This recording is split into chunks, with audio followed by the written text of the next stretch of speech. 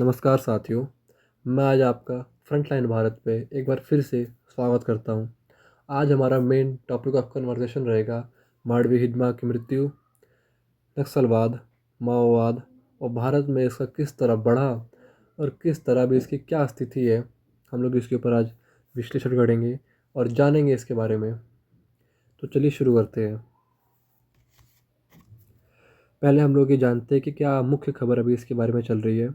मांडवी हिजमा जो एक बहुत बड़ा माओवादी कमांडर था, जिसको 18 तारीख को 18 नवंबर को ही भारत की पैरामिलिट्री फोर्सेस मेनली सीआरपीएफ और एसएसबी वगैरह ये सब स्पेशल पैरामिलिट्री फोर्सेस ने एक घात लगा के एक ऑपरेशन में इनको मार दिया।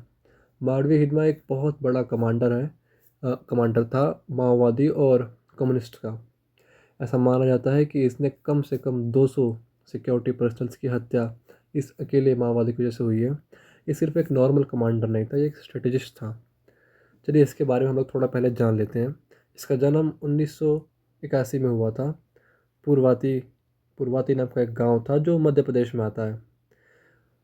और इसका जो अभी इनकाउंटर हमने जाना है इसके बारे में, ये मेन जो इसका एफिलिएशन था वो सीपीआई माओवादी सीपीआई एम का था।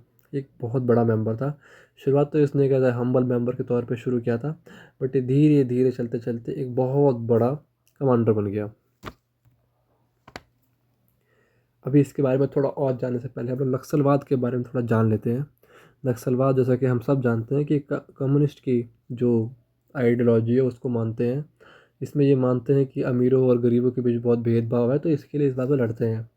जबकि हम अगर ये चाहें तो इनके पास और भी ऑप्शन है, बट ये इन्होंने ये ऑप्शन चूज़ किया कि ये बंदूक और हथियार को इस्तेमाल करेंगे और द स्टेट ऑफ इंडिया या गवर्नमेंट ऑफ इंडिया के खिलाफ जंग शुरू करेंगे। ये मेन इसका शुरुआत तो भारत की आज़ादी के बाद ही शुरू हो गया था, बट इसका जो मेन जो इनका पीक रहा वो 2000 के दौरान रहा। जैसे कि यहाँ पे दो मैप में आपको शो हो रहा है कि 2007 में कितने ज़्यादा ज़िले जो जो लाल रंग के हैं वो बहुत बुरी तरह अफेक्टेड ज़िले थे। इसमें आप देख सकते हैं कि मेनली हाँ बिहार, छत्तीसगढ़, मध्य प्रदेश, महाराष्ट्र, उड़ीसा, यहाँ नीचे आंध्रा, तेलंगाना, कर्नाटका, ये सब इतने सारे राज्यों में इनका बहुत बड़ा विस्तार था और बहुत जगह कंट्रोल था। जो मेनली फॉरेस्ट एरिया है, ये फॉरेस्ट एरिया को अपना गढ़ बना के रखते थे और वहीं पर अपनी प्लानिंग वगैरह करते थे। और वहाँ पर जो प्रेजेंट सिक्योरिटी फोर्सेस थी या जो इंडस्ट्रियल जो काम चलते थे उनके खिलाफ लड़ाई लड़ते थे। बट अभी इसका 2024 में हम जो लेटेस्ट मैप देख सकते हैं, इसमें एस्टीमेट के खाली छत्तीसगढ़ और झारखंड के कुछ जिलों में ही रह गए हैं। बाकी ये पूर्णतः तो हम नहीं कह सकते, बट कुछ कुछ बहुत कम कम जगह पे ही बचे हुए हैं। चलो आगे बढ़ते हैं अब इसके में।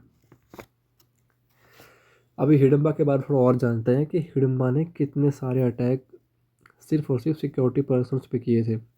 उसमें से सबसे प्रमुख मानते हैं डांटेवाड़ा का 2010 का हमला, जिसमें उसने अकेले उस हमले में 76 सीआरपीएफ पर्सनस को उसने अकेले मार दिया था।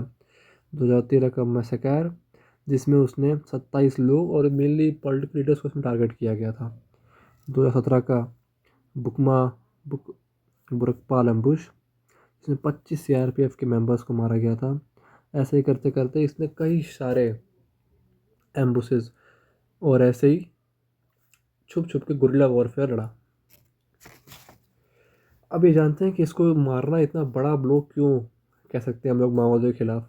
क्योंकि आप जानते हैं माओवादी वैसे ही एक डिक्लाइन में चल रहा है अभी के समय। तो उनके पास कोई बहुत बड़ा ऐसा लीडर नहीं था जो उनकी मेन आर्मी जो फाइटिंग फोर्स को यूनाइट कर पाए। तो ये इकलौता एक वहाँ कमांडर था जो एक दृढ़ निश्चय का दिखाता था कि मैं लड़ सकता हूँ या मैं लड़ूंगा। इसकी मृत्यु या इसके जो मारे जाने के बाद हम लोग कह सकते हैं कि एक बहुत बड़ा डिप्रेशन आएगा इस ऑर्गेनाइजेशन के अंदर, सीपीआई के अंदर, जिसमें उनका जो एक प्रमुख कमांडर था, जो स्ट्रेटेजिस्ट था, जो सब प्लान करता था, उसकी मृत्यु हुई है। इसके मर जाने से ही सिर्फ खाली नाम मात्र से ही इसका इतना डिप्रेसिंग इफेक्ट पड़ेगा, हम सोच भी नहीं सकते।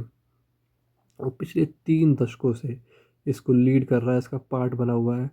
और मेनली तेलुगु जो पीपल है उनका जो इसमें दबदबा है सीपीआई में, वो दिखा रहा है। उसकी डेथ से ऑफिशियल्स ये कहते हैं कि पिछले 20 साल में सीपीआई की सबसे बड़ी जो मृत्यु हुई है वो इस आदमी की हुई है। अभी हम थोड़ा जानते हैं कि पिछले 30 साल से ये ज़िंदा कैसे था। ऐसा तो नहीं कि अभी इसको मारा है, पहले क्यों नहीं मारा, क्योंकि ये बहुत चालाक और स्ट्रेटेजिस्ट टाइप का बंदा था। इसको मारना पकड़ना इतना आसान नहीं था। पिछले कम से कम 3 से 4 बहुत बड़े बड़े ऑपरेशन ऐसे हो चुके हैं जब इसको पकड़ने से, स्पेसिफिक इसको पकड़ने के लिए चलाया गया है, बट ये हर बार बच बच के, किसी तरह से बच के भाग जाता था। जैसे 2017 में ऑपरेशन पहाड़ प्रहार चलाया गया, जिसमें ये फिर भी 2 मिलिटर मर गए, बट ये आखिर में बच के भाग गया। 2021 का ऑपरेशन, जिसमें फिर से सीआरपीएफ, कोबरा, डीआरजी, एसटीएफ सब ने चलाया, बट फिर भी ये बच गया, जिसमें 22 सोल्जर की भी हत्या हुई थी। ऐसे ऐसे चलते चलते वो ऑपरेशन होते गए, फिर भी बच के भागता गया। सबसे बड़ा ऑपरेशन तो इसी साल कारगिल हिल्स में हुआ था, जिसमें 25,000 पर्सनल्स ने एक लार्जेस्ट काउंटर माओविस्ट डेवलपमेंट किया था उसको पकड़ने के लिए, और फिर से वो भाग गया। इस भाग तो गया, बट 31 के आसपास माओवादी मारे भी गए थे। बट अब जाके नवंबर में इसके साथ ये और इसकी वाइफ और इसके साथ 3-4 और मेंबर्स की मृत्यु हुई।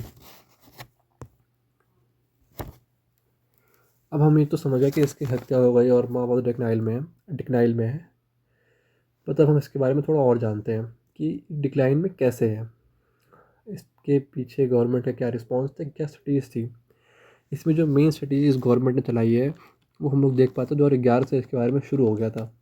2011 में प्रधानमंत्री मनमोहन सिंह ने माओवादियों को या नक्सलाइट्स को single biggest internal security threat माना था, और उसके खिलाफ उन्होंने कहा था कि डेवलपमेंट ही इसका एकमात्र इलाज है। फिर उसके बाद प्रधानमंत्री मनमोहन के बाद नरेंद्र मोदी भी आए, उन्होंने भी सेम यही टैक्टिक्स चलाई, और वहाँ पे अलग अलग फोर्स डिप्लॉय की, डेवलपमेंट भी करने की कोशिश की। उसमें से कुछ नीचे पॉइंट लिखे हैं, जैसे कि कौन कौन सा लॉन्च स्कीम लॉन्च की, जैसे special central assistance scheme, security related expenditure और स्पेशल इंफ्रास्ट्रक्चर स्कीम। इसमें 10,000 के आसपास स्कीम 2014-15 चलाए गए हैं एनडीए गवर्नमेंट आने के बाद, जिसमें से 85 के आसपास कंप्लीट हो चुके हैं। 14,000 किलोमीटर की रोड कनेक्शन, 7,000 के आसपास मोबाइल टेलीफोन कम्युनिकेशन। तो समझ सकते हैं कि डेवलपमेंट हुआ है, जिसकी वजह से लोगों ने माओवादियों की तरफ झुकना काफ़ी हद तक कम कर दिया है। ये one of the biggest reason जिससे हम कह सकते हैं कि माओवादियों एक डिक्लाइन पे है और अपने बस ख़त्म होने के कगार पे आ चुका है। इसमें सिर्फ बल का नहीं, इसमें लोगों को डेवलपमेंट देने का भी, एक डेवलपमेंट, रोजगार, जॉब्स वगैरह देकर लोगों को मेन स्ट्रीम इंडिया से जोड़ा गया है। अब नीचे और भी कुछ किए गए दिखाए गए हैं, जैसे कि फाइनेंशियली नक्सलाइट्स को चोक करने के लिए एनआईए, ईडी और अलग अलग एजेंसियों ने उनका मनी ट्रांसफ़र, जो मेन मोटिव था गरीब लोगों को अपनी तरफ अट्रैक्ट करने का इनका, ताकि मनी बांट के, पैसे बांट के उन लोगों को बुला जा सके। बट जब पैसों की सप्लाई को ही एनआईए और ईडी काट देगी तो ये नहीं कर पाएंगे। तो ये सेकेंड बिगेस्ट रीज़न है आफ्टर डेवलपमेंट कि ये नक्सलाइट्स डिक्लाइन में है। तो हाँ गाइस, आज के लिए इतना ही। आज हमने जाना माओवादियों के बारे में, हिडम्बा की मृत्यु के बारे में, और इसके बारे में और अलग अलग स्कीम्स के बारे में जाना हमने। ऐसे ही रोचक और बहुत ही अच्छे रोचक वीडियोस के बारे में और जानने के लिए, देश के बारे में समझने के लिए, जियो पॉलिटिक्स के बारे में समझने के लिए हमारे चैनल को सब्सक्राइब कीजिएगा, लाइक कीजिए, कमेंट कीजिएगा। धन्यवाद, बहुत बहुत धन्यवाद।